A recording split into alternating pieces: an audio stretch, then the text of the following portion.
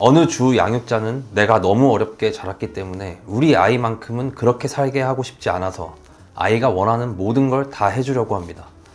또 어떤 주 양육자는 나약하게 큰 본인 모습이 후회돼서 내 아이만큼은 강하게 키우고 싶어서 자주 혼내게 됩니다. 또 어떤 주 양육자는 내가 공부를 잘하지 못했던 게 후회돼서 내 아이만큼은 전교 1등을 만들고 싶어 합니다. 아니면 엘리트인 부모니까 아들, 딸인 너도 공부를 잘해야 한다고 생각합니다. 그래서 공부에 딱히 흥미가 없는 아이여도 무조건 공부가 답이다 라면서 아이를 몰아세웁니다. 너가 지금은 힘들지만 나중에는 부모인 나한테 고마워할 것이다, 이렇게 말씀하시면서요. 사람들 성격이 모두 다른 만큼 양육자들의 특성도 되게 다른데 이렇게 좋은 마음으로 시작했던 이 양육법이 아이에게 큰 상처로 다가올 수 있습니다. 그리고 그중 일부는 결국에 정신질환을 앓게 되는 경우도 있죠. 안녕하세요. 저는 정신과 약 단약 클리닉을 운영하면서 수백 명이 넘는 분들의 정신과 약 단약을 도와드리고 있는 노대현 원장입니다. 저는 진료실에서 약 30분에서 1시간 이상 정도까지 환자분이 살아온 이야기를 쭉 듣고 여기서 병이 생겨난 원인을 찾는 방법으로 환자분들을 만나오고 있는데요. 제가 진료실에서 많은 환자분들과 깊고 진지한 이야기를 나누다 보면 우울증이나 불안장애, 이런 정신질환의 원인이 높은 확률로 그들의 어린 시절, 즉 부모님에게 있다는 것을 알게 되었습니다. 그래서 오늘은 제가 부모님들이 선의로 시작한 몇 가지의 양육법이 실제로는 아이에게 어떤 악영향을 미치는지 여러분들에게 말씀드려보려 합니다. 제가 환자분들 진료를 보면서 제일 가슴 아픈 순간이 있습니다. 바로 부모님들이 나는 내 아이를 너무 사랑해서 이렇게 키웠는데 그 사이 아이는 계속 아파하고 있었네요. 너무 후회가 됩니다. 이런 말씀을 하실 때입니다.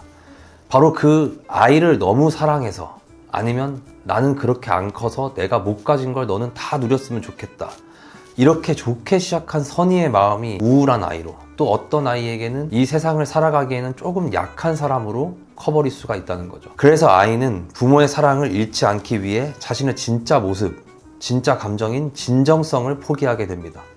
아니면 부모를 향한 분노 또는 반항심으로 나타나기도 하고요. 결국 부모가 원하는 모습으로 자신을 깎아내고 끼워 맞추기도 하고 가장 애착이 타이트해야 할 부모와의 연결이 약해지는 그런 결과를 낳기도 합니다. 문제는 이렇게 한쪽으로 치우친 부모의 양육 방법으로 형성된 아이가 자라서 성인이 되었을 때 그중 일부는 우울증, 불안장애, ADHD라는 병을 가질 수도 있다는 것이죠. 먼저 예의 없는 아이로 키우고 싶지 않아서 아이를 자주 혼내는 부모님, 이런 부모님 밑에서 자란 아이들을 한번 볼까요? 예전에 저에게 온 환자분 중에 ADHD 약을 2년 동안 복용 중인 한 학생이 있었는데요. 이 학생의 말을 들어보니 부모님은 안전한 존재 또는 편안한 존재가 아닌 항상 걱정하고 불안에 떨어야 했던 존재였습니다. 내가 이렇게 하면 아빠가 혼낼까? 이건 해도 괜찮을까? 이렇게 하면 엄마가 혼낼 텐데. 부모님 앞에서 조그만 행동을 하거나 사소한 말을 하기 전에 항상 이런 불안에 사로잡히는 거죠. 참고로 여기서 엄마와 아빠는 성별과 무관합니다. 주 양육자를 뜻합니다.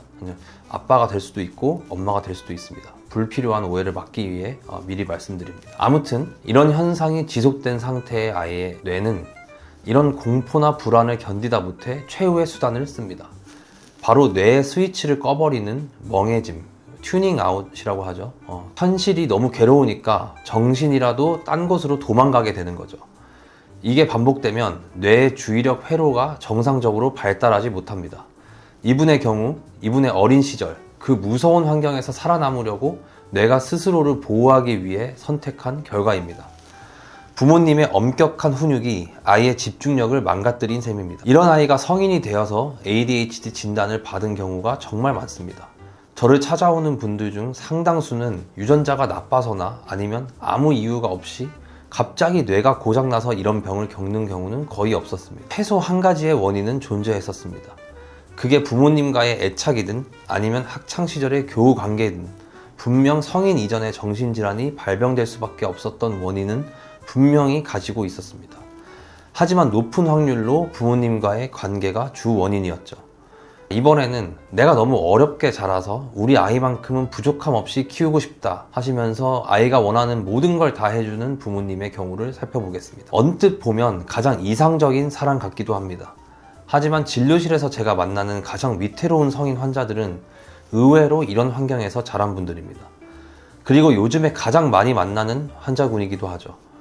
아이들은 유년기 시절 적절한 좌절과 결핍을 겪으면서 내 마음대로 되지 않는 것도 있구나 라는 것을 배워야 합니다.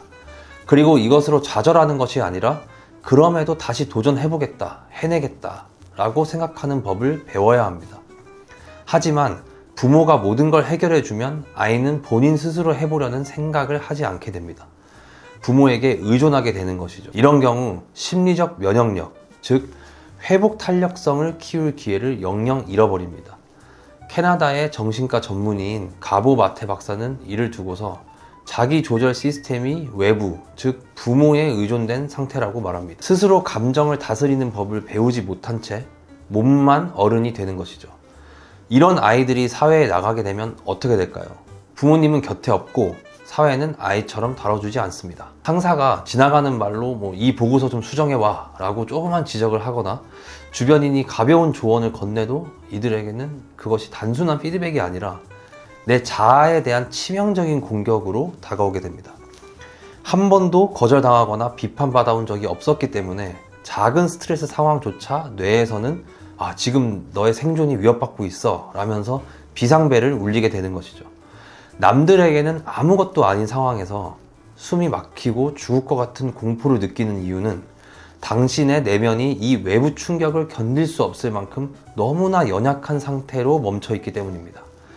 부모님이 쳐주신 그 따뜻한 울타리가 아이에게는 세상이라는 거친 바다에서 헤엄칠 근육을 태화시키는 독이 된 셈입니다. 마지막으로 아이가 공부에 전혀 소질이 없고 흥미도 없는데 무조건 공부가 답이다 라며 몰아세우는 부모님들의 사례입니다.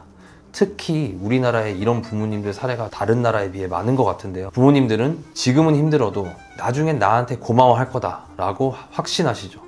물론 부모가 아이의 소위 인생의 가이드로서 최소한의 길을 안내하는 역할을 해야 하는 것은 맞지만 과도한 개입은 유년기 시절 아이에게 큰 트라우마로 자리 잡을 수 있습니다. 가보마테 박사는 이 상황을 아이의 인생에서 가장 비극적인 선택이 일어나는 순간이라고 경고합니다. 아이에게는 생존을 위한 두 가지 본능이 있습니다. 바로 부모와 연결되려는 애착과 자신의 감정과 욕구를 있는 그대로 느끼는 진정성입니다. 만약 부모가 공부 잘하는 모습만 사랑해준다면 아이는 거대한 공포에 직면합니다. 나다운 모습, 즉 진정성을 지키다가는 부모와의 애착이 끊겨서 부모와의 관계가 단절될 수 있다라는 공포로 다가오는 것이죠. 그리고 결국 애착과 진정성 사이에서 선택을 해야 할 때 이 아이는 생존을 위해 자연스럽게 진정성을 포기할 확률이 더 높습니다. 부모의 기대를 저버릴 수 없어서 공부에 소질이 없는 아이가 책상 앞에 억지로 앉아 있을 때 아이의 내면에서는 무서운 일이 일어납니다. 자신의 본성을 스스로 죽여버리는 자기 소외 상태에 빠지게 되는 것이죠.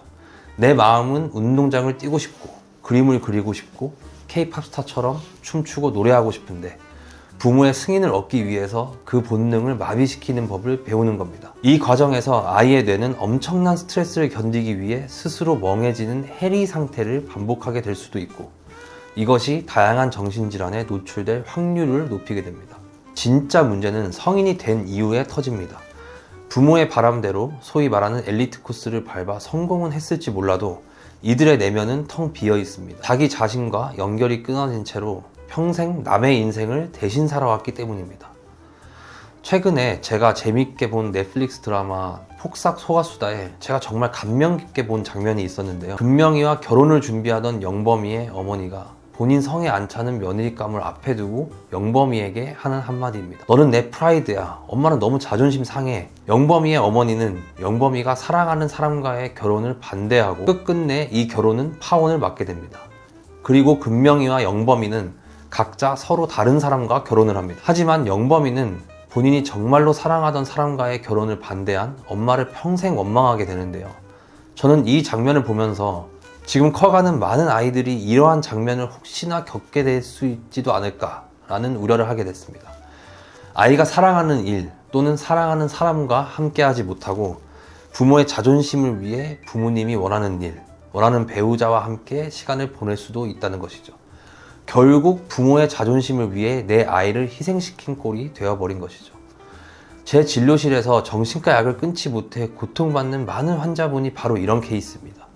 설령 이 아이가 남들이 보기에는 성공한 인생을 사는 그런 성인으로 성장을 했지만 정작 본인은 내가 누군지 모르겠다, 내가 살아야 할 이유를 모르겠다 며 깊은 우울증과 허무함에 빠져 있는 경우가 정말 많습니다. 결국 그 내면의 공허함을 채우기 위해서 무언가에 중독되거나 혹은 평생 약에 의존하며 살아가게 되는 경우를 정말 많이 봤습니다. 제가 정말 강조하고 싶은 것은 부모님들께서 나중에 고마워할 거다, 나는 공부를 못한 게 평생 한이니까 너는 무조건 공부해라 라는 말로 합리화를 하는 것이 아이에게 어떻게 다가올지 한번 진지하게 생각해 보셨으면 좋겠습니다. 아이가 자신의 진정성을 잃지 않고도 부모의 무조건적인 사랑을 받을 수 있다는 확신을 주는 것, 이게 아마 제가 드릴 수 있는 가장 현실적인 조언 같습니다. 오늘 제 이야기를 들으시면서 내가 이렇게 하면 내 아이가 우울증에 걸리겠구나, 혹은 이러면 나중에 ADHD가 되겠네 라고 걱정하시는 분들이 계실 겁니다. 하지만 제가 꼭 말씀드리고 싶은 건 이 병명 하나하나에 집착하지 마시라는 겁니다. 우울증, 불안장애, ADHD 이런 진단명들은 사실 하나의 예시일 뿐입니다. 어린 시절 자아를 억압당하거나 적절한 결핍을 경험하지 못해 생긴 내면의 상처는 어떤 아이에게는 우울증으로, 어떤 아이에게는 중독으로, 또 어떤 아이에게는 만성적인 신체 질환으로 나타나는 것 뿐입니다. 겉으로 드러나는 증상이 무엇이든 그 뿌리에는 진정한 자기 자신과 연결되지 못한 아픔이 자리 잡고 있습니다. 여러분, 우리가 부모로서 정말 해야 할 역할이 무엇일까요? 아이를 전교 1등으로 만들고 남들이 부러워하는 직업을 갖게 해서 소위 말하는 성공한 사람으로 만드는 것일까요?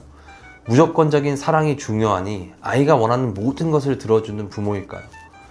진료실에서 수많은 환자들을 만나면서 얻은 저의 결론은 다릅니다. 부모의 가장 위대한 역할은 아이를 성공시키는 것이 아니라 부모가 곁에 없어도 아이가 스스로 행복한 삶을 선택하고 살아갈 수 있게 도와주는 것입니다. 아이가 부모의 눈치를 보지 않고 자신의 감정을 솔직하게 표현할 수 있는 환경, 설령 실패하더라도 실패해도 괜찮다, 다시 해보자 라는 내면의 단단함을 길러주는 환경, 그러한 것이 갖춰졌을 때 아이는 비로소 정신질환이라는 처절한 생존 전략을 선택하지 않아도 됩니다. 아이의 미래를 위해 오늘 아이의 마음을 희생시키지 않으셨으면 좋겠습니다. 아이가 먼 훗날 부모님 덕분에 성공했어 라는 말보다 우리 부모님 덕분에 나는 정말 행복한 삶을 살고 있어 라고 말할 수 있게 도와주세요.